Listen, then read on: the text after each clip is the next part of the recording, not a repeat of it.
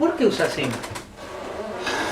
¿Por qué SIM es distinto a los otros productos que andan dando vueltas por el mercado? Bueno, la historia es medio larga. Cuando se hizo la especificación de J2E, que incluía el JB1, ¿cómo se llama? Con los entities y los session beans y toda la bola, originariamente había sido pensada, es decir, vamos más atrás, había sido pensado para que el caché de los entities de la aplicación fuera utilizado. ¿Está bien? Es decir, que se utilizara y que se mantuviera a lo largo de los requests. ¿Está bien? La idea de la gente cuando hizo la especificación de J2E era que el first level caché del ORM siempre estuviera vivo para que uno pudiera utilizarlo. ¿Está bien? Cosa que si obtuve la lista de países, ¿por qué cacho tengo que estar pidiéndole en cada request si ya la obtuve, ya la tengo? ¿Ok? Esa era la idea. Lo que pasa es que como había problemas de arquitectura con lo que habían hecho, eso no pudo ser posible. Cuando Gavin King inventó Hibernate, también tuvo la idea de que el first level cache fuera muy utilizado por los desarrolladores, porque como todos sabemos, cada pedido a la base de datos es pesado. Es pesado porque está el caño, porque la base de datos tiene que contestarlo, por más que ahora las bases de datos sean fantásticas, por más que los discos rígidos sean velocísimos, por más que la memoria sobre, sigue siendo un recurso, un área crítica la base de datos. ¿Estamos de acuerdo? Por eso, toda la gente, es decir, cuando salió Spring, que resolvía un montón de problemas con el tema de la inyección de control y el manejo de la transaccionabilidad por el request y el Open Session in View Filter para resolver el tema de la sesión y qué sé yo, se convirtió en un boom, ¡paf!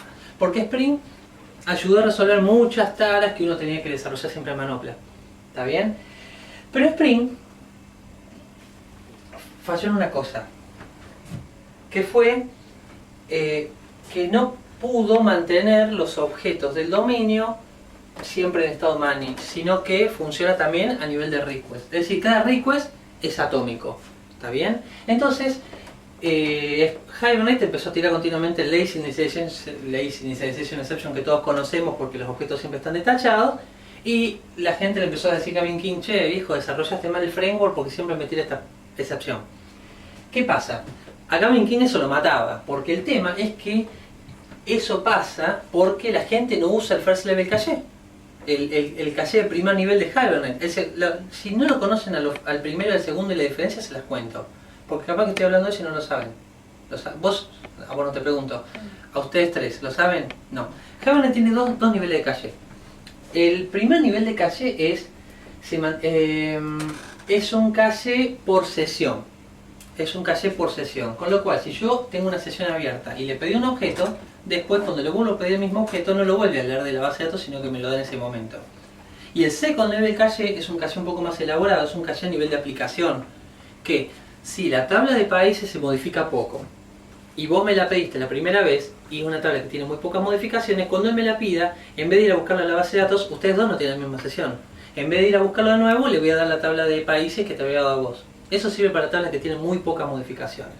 ¿Ok?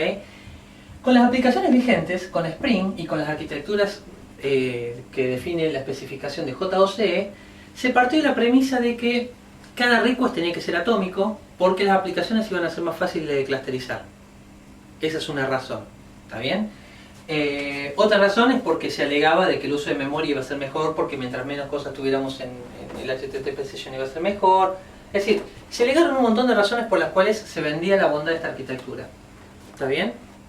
Y la mayor parte de las aplicaciones que existen en el mercado utilizan modelos stateless. ¿Está bien? Que es, cada request es atómico, no me interesa demasiado el request anterior ni el request siguiente. ¿Ok? ¿Qué es lo malo de eso? Lo malo de eso es el estado, el manejo del estado. ¿Cuáles son los lugares en los cuales habitualmente nosotros metemos con Spring el estado de una aplicación? Creo que hay 3 o 4 lugares. En primer lugar, la base de datos. Cuando yo estoy haciendo un wizard, ¿está bien? Les voy dando las opciones. Tiene que ser una de estas 4 porque no hay más. La base de datos. Es decir, yo estoy haciendo un wizard, estoy en la tercera pantalla, lo que fui guardando en la primera y la segunda, generé un ID de alguna cosa o alguna marquita o alguna cosita así y lo fui persistiendo. ¿Está bien? Y cuando hago back, lo que tengo que hacer es con el ID que tengo metido en el objeto C, en el HTTP Session, obtengo, hago un query de esa, ¿cómo se llama? Hago un query de la tabla y restauro los datos que tenía en la pantalla. ¿Qué es lo malo de eso? Lo malo de eso, chicos, es que la base de datos no fue pensada para manejar estados, para guardar estados. La base de datos se inventó para guardar datos. Y el estado de la aplicación no es un dato, es un estado. Con lo cual, la base de datos no es un lugar idóneo para guardar esto. Aparte hay un tema. El negocio está acá, la base de datos está acá, tienen que pasar los datos durante dos capas y de vuelta, yendo al servidor y volviendo solamente porque no tengo un lugar idóneo para guardar el estado. Mal. Segundo lugar, los campos hidden de los forms, de los JSP y de toda la bola. Es otro lugar donde siempre se guardó el estado. ¿Qué tiene de malo? Lo que tiene de malo es que primero, en vez de bajar hacia la base de datos para guardar el estado, están subiendo hacia otra capa que es la vista, la cual tampoco tiene el estado. La vista tiene que ser vista, no tiene que tener estado.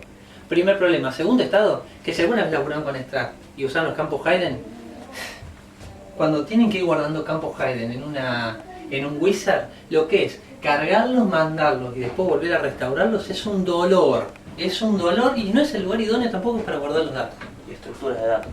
Y estructura, claro, uno puede manejar una estructura de datos, es decir, en vez de tener el campito, guardar la estructura, pero deja de ser un dolor de 3 muelas para ser el dolor de una muela. ¿Está bien? Y no es el lugar idóneo tampoco. Otro lugar, el HTTP Session.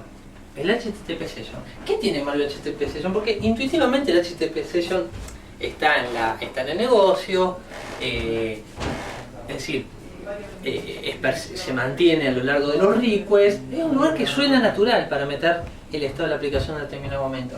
Tiene 2 o 3 problemas. Primero, que el HTTP Session en 20 minutos una aplicación web, si uno no es un buen desarrollador, se convirtió en una bolsa de basura. Porque como no tenemos otro lugar donde meterlo, empezamos a meter todo en el HTTP Session. Y si nosotros somos programadores concienzudos, de los cuales cuando trabajábamos en C hacíamos release o free de cada malloc, funciona todo bien. Pero en cuanto en C vos te olvidabas de hacer un free para cada malloc, la aplicación se te colgaba. Acá Java no se te cuelga. Pero el garbage collector en la sesión no funciona necesariamente bien. Y si uno le empieza a meter todo lo que tiene y se olvida cuando termina cada caso de uso de hacerle el set null de la property, el HTTP Session empieza a crecer. Empieza a crecer y cuando quieren hacer un trace de qué tiene, quién lo cargó y dónde está, se puede hacer complicado. Obviamente estoy hablando de las aplicaciones web cuyos desarrolladores no son lo suficientemente concienzudos, ¿ok? Que es en el 80% de los casos, ¿ok? Y otro problema que tiene es que el HTTP Session no maneja sincronización. No maneja sincronización. Ustedes dirán, ¿y para qué caso necesita sincronización en el Session? La necesitan, porque si ustedes tienen una instancia de Firefox abierta y abren otra, y están sobre la misma pantalla, ¿entienden? Básicamente están teniendo un conflicto. Ustedes mismos tienen 2 instancias de Firefox o de Internet Explorer o de Safari y editan el mismo registro, ¿está bien? Y entre ustedes mismos se pueden llegar a generar conflictos por estar, ¿entienden?, tocando